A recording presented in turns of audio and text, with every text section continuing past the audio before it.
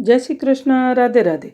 आज हम मार्गशीर्ष कृष्ण पक्ष की एकादशी उत्पन्ना एकादशी की व्रत कथा सुनते हैं।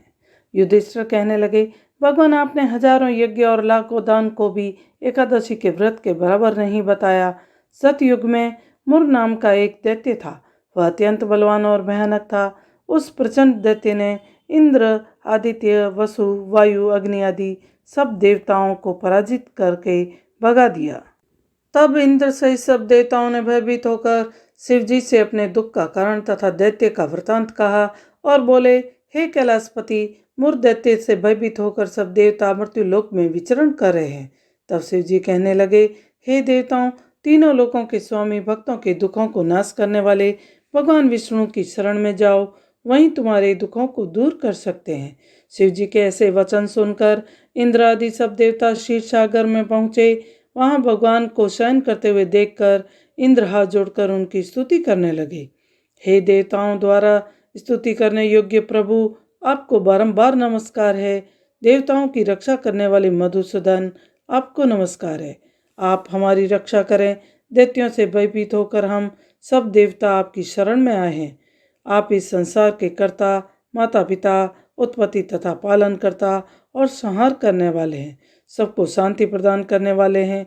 आकाश और पाताल भी आप ही हैं। सबके पितामह ब्रह्म, सूर्य, चंद्र, अग्नि, सामग्री, होम, आहुति, मंत्र, तंत्र, जप, यजमान, यज्ञ, कर्म, कर्ता, भोक्ता भी आप ही है। आप सर्वव्यापक हैं। आपके सिवाय तीनों लोकों में चर तथा अचर कुछ भी नहीं है। हे भगवान, दैत्यों ने हमको जीतकर स्वर्ग से निकाल दिया और सब देवता इधर उधर भागे फिर रहे हैं। आप उन दैत्यों से हम सबकी रक्षा करें, रक्षा करें। इंद्र के ऐसे वचन सुनकर भगवान विष्णु कहने लगे, हे इंद्र, ऐसे मायावी दैत्य कौन है जिसने सब देवताओं को जीत लिया है? उसका नाम क्या है? उसमें कितना बल है और किसके आश्रय हैं तथा उसका स्थान कहाँ है? यह सब मुझे बताओ। भगवान के वचन सुनकर इंद्र बोले, भगवान, प्राचीन समय में चंद्रावती नगरी में नाड़ीगंज नाम का एक राक्षस था। उसी के पराक्रमी और लोक विख्यात मुर नामक पुत्र ने सब देवताओं को स्वर्ग से निकालकर वहां अपना अधिकार कर लिया। यह इंद्र, अग्नि, वरुण, यम, वायु, ईश, चंद्रमा, नैऋत्य आदि सबके स्थान पर अधिकार करके और सूर्य बनकर स्वयं ही प्रकाश करता है। वह स्वयं मेघ बन बैठा है और सबसे अजय है। हे असुर निकन, उस दुष्ट को मारकर देवताओं को निर्भर बनाइए। इंद्र के वचन सुनकर भगवान कहने लगे, हे देवताओं, मैं शीघ्र ही तुम्हारे शत्रु का संहार करूंगा। तुम चंद्रावती नगरी जाओ। इस प्रकार कहकर भगवान सहित सब देवताओं ने चंद्रावती नगरी की ओर प्रस्थान किया। उस समय दैत्यपति मुर दैत्य सेना सहित युद्ध भूमि में गरज रहा था। उस बलवान असुर की गर्जना सुनकर सब देवता भय के मारे चारों दिशाओं में भागने लगे।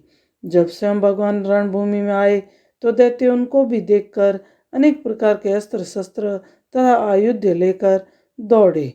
भगवान ने उनको आता देखकर सर्प के समान अपने बाणों से उनके शरीरों को बीत डाला। अनेक दैत्य उनके हाथों से मारे गए। केवल एक मुर ही जीवित बचा रहा। वह अविचल भाव से भगवान के साथ युद्ध करता रहा। भगवान जो भी तीक्ष्ण बाण उसके शरीर में मारते वह उसके लिए पुष्पों के समान हो जाते। शस्त्रों के प्रहार से उसका शरीर छिन्न भिन्न हो गया, परंतु वह फिर भी युद्ध करता ही रहा। अब वे आपस में मल्ल युद्ध करने लगे और 10,000 वर्ष तक उनका मल्ल युद्ध होता रहा, परंतु वह दैत्य भगवान से पराजित न हुआ। तब भगवान विष्णु युद्ध से थककर बद्रिका आश्रम को चले गए। वहाँ एक हेमवती नाम की सुंदर गुफा थी। उसमें विश्राम करने के लिए अंदर प्रवेश कर गए। यह गुफा 12 योजन लंबी थी और उसका एक ही द्वार था। विष्णु भगवान वहां जाकर सो गए। वह दैत्य उनको सोया हुआ देखकर मारने के लिए उद्यत हुआ। वह अभी मारने का प्रयत्न कर ही रहा था कि उनके शरीर से एक अत्यंत प्रभावशाली सुंदर कन्या अस्त्र शस्त्र धारण किए हुए उत्पन्न हुई और दैत्य के सामने आकर युद्ध करने लगी। वह दैत्य उस बलवान कन्या को देखकर आश्चर्यचकित होकर उसके साथ युद्ध करने लगा। उस कन्या के ऐसे भयानक पराक्रम को देखकर दैत्य सोचने लगा कि इस कन्या को किसने बनाया है जो ऐसा भयानक युद्ध कर रही है। वह ऐसा विचार कर ही रहा था कि उस महादेवी ने उस बलवान दैत्य के रथ को चूर चूर कर दिया तथा उसके अस्त्र शस्त्रों को काटकर टुकड़े टुकड़े कर दिए। तब वह दैत्य महान क्रोध करके मल्लयुद्ध करने लगा, परंतु देवी ने उसको धक्का मारकर मूर्छित कर दिया। जब वह दैत्य मूर्छा से जागा तो उस देवी ने उसका सिर काट डाला। इस प्रकार वह दैत्य तो पृथ्वी पर गिरकर मृत्यु को प्राप्त हुआ और बाकी दैत्य डर के मारे पाताल लोक को भाग गए। जब भगवान विष्णु की निंद्रा टूटी तो उन्होंने मूर्ख दैत्य के कटे शेर था दोनों हाथ जोड़कर खड़ी हुई एक कन्या को देखा। तब भगवान उन कन्या से पूछने लगे, हे देवी, जिस दैत्य से इंद्रादिक सब देवता भयभीत होकर स्वर्ग को भाग निकले, ऐसे दैत्य को किसने मारा? वह कन्या कहने लगी, भगवान, जब आप निंद्रा में थे तो यह दैत्य आपको मारने के लिए उद्यत हुआ। उस समय आपकी योग माया द्वारा आपके शरीर से उत्पन्न होकर मैंने इस दैत्य को मार गिराया। यह सुनकर भगवान कहने लगे, हे देवी, तुमने देवताओं के भय को दूर करके बहुत ही बड़ा कार्य किया है, अतः तुम अपनी इच्छा अनुसार वर मांगो। तब वह देवी बोली, भगवान, यदि आप मुझको वरदान देना ही चाहते हैं तो यह वरदान दीजिए कि जो कोई मेरा व्रत करे उसके सब पाप नष्ट हो जाएं और अंत में वह मोक्ष को प्राप्त हो। जो इस व्रत का पुण्य है उसका आधा रात्रि को भोजन करने वाले को मिले और जो एक बार भोजन करे उसको भी आधा फल प्राप्त हो। जो मनुष्य भक्तिपूर्वक मेरे व्रत में एक बार भी भोजन न करे उसको धर्म, धन और मुक्ति की प्राप्ति हो। भगवान कहने लगे, हे कल्याणी, ऐसा ही होगा।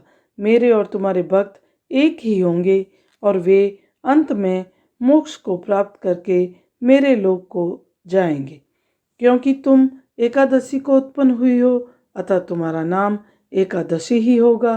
तुम मुझसे सब तिथियों से प्रिय हो, इस कारण तुम्हारे व्रत का फल सब तीर्थों से भी अधिक फल देने वाला होगा। ऐसा कहकर भगवान अंतर्ध्यान हो गए और प्रभु के उत्तम वचनों को सुनकर एकादशी अत्यंत प्रसन्न हो गई।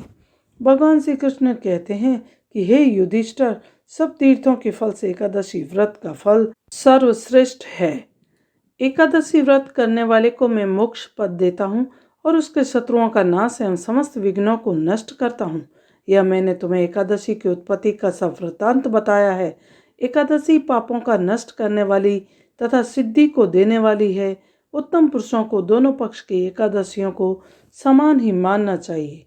जो मनुष्य इस एकादशी के माहात्म्य को पढ़ता या सुनता है उसको अश्वमेध यज्ञ का फल प्राप्त होता है और वह करोड़ों वर्ष तक विष्णु लोक में वास करता है, वहाँ भी उसका पूजन होता है। जो मनुष्य एकादशी माहात्म्य के चौथे भाग को पढ़ता है उसके भी अनेक पाप नष्ट हो जाते हैं। विष्णु धर्म के बराबर दूसरा कोई धर्म नहीं और एकादशी व्रत के समान कोई दूसरा व्रत नहीं। जय श्री कृष्ण। राधे राधे। अगर आपने हमारे चैनल को सब्सक्राइब नहीं किया है तो जल्दी से सब्सक्राइब कर लें और बेल आइकन दबाना बिल्कुल भी ना भूलें, क्योंकि हर एक कथा आप तक सबसे पहले पहुँचे। जय श्री कृष्ण। राधे राधे।